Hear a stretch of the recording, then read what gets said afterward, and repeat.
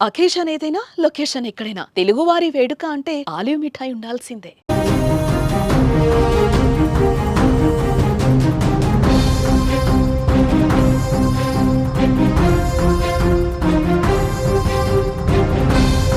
కేరళ తీరానికి నైరుతి రుతుపవనాల రాక దగ్గర పడుతూ ఉండడంతో తెలుగు రాష్ట్రాల్లో వాతావరణం ఒక్కసారిగా మారిపోయిందని చెప్పుకోవచ్చు మనం.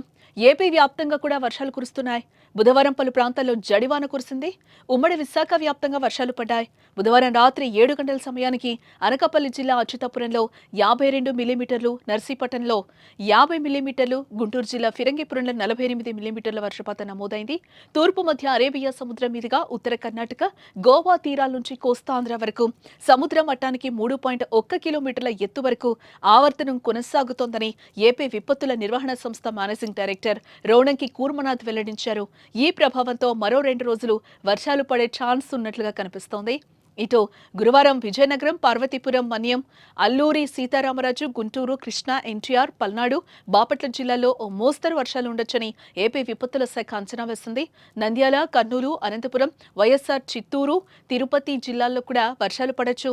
గంటకు 40 నుంచి 50 కిలోమీటర్ల వేగంతో గాలులు వీచే అవకాశం ఉన్నందున హోర్డింగ్స్, చెట్ల కింద శిథిలావస్థలో ఉన్న గోడలు, భవనాల దగ్గర నిలబడరాదని కూర్మనాథ్ సూచించారు. పిడుగులతో కూడిన భారీ వర్షాల నేపథ్యంలో ప్రజలు అప్రమత్తంగా ఉండాలని, తగిన జాగ్రత్తలు తీసుకోవాలని తెలిపారు.